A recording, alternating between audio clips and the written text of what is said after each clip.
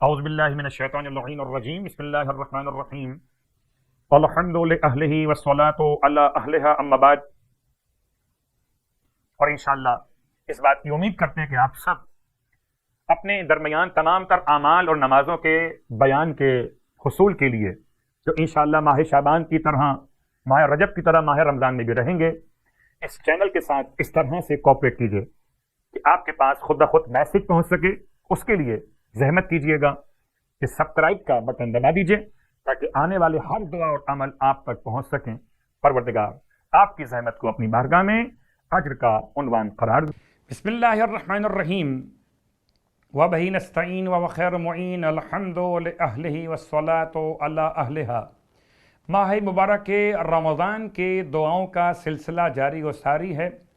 اور آج کی شب کی مناسبت سے یعنی کہ 8ویں شب کی ہم دعا تلاوت کر رہے۔ بسم اللہ الرحمن الرحیم اللہم ھذا شہرک الذی امرت فیہ عبادک بالدعاء وضمنت لہم العجابۃ والرحمہ وقلت وإذا سألک عبادی عنی فإنی قریب اجیب دعوت الداعی اذا دعانی فأدعوک یا مجیب دعوت المضطرین ویکاشف السوء عن المکروبین ویا جاعل اللیل سکنا ویا من لا یموت اغفر لمن یموت قدرت وخلقت وسویت فلک الحمد اطعمت وسقیت وآویت ورزقت فلک الحمد اسألک ان تصلی علی محمد وآل محمد فی اللیل اذا یغشی وفی النہار اذا تجلی وفی الآخرة والأولی وان تکفینی ما اہمنی وتغفر لی انک انت الغفور الرحیم۔ شب کی دعا کے ساتھ 8ویں شب کی نماز مولا کائنات علی ابن ابی طالب علیہ السلام کی بارگاہ سے آپ فرماتے ہیں 8ویں شب میں 2 رکعت نماز پڑھی جائے، اس کی ہر رکعت میں الحمد کے بعد 10 مرتبہ سورہ توحید یعنی سورہ قل ھو اللہ احد پڑھا جائے، اور سلام کے بعد نماز مکمل کرنے کے بعد 1000 مرتبہ سبحان اللہ سبحان اللہ سبحان اللہ کی تلاوت کی جائے۔ امام فرماتے ہیں جو شخص اس شب میں یہ نماز بجا لائے گا، پروردگار عالم اس کے لیے جنت کے 8 دروازے کھول دے گا کہ جس دروازے سے چاہے جنت میں داخل ہو جائے۔ خدا ہم سب کو یہ نمازوں کی اور یہ ثواب کے حصول کی توفیق مرحمت فرمائے۔ اب آئیے 8ویں دن کے روزے کا ثواب رسول خدا کی روایت سے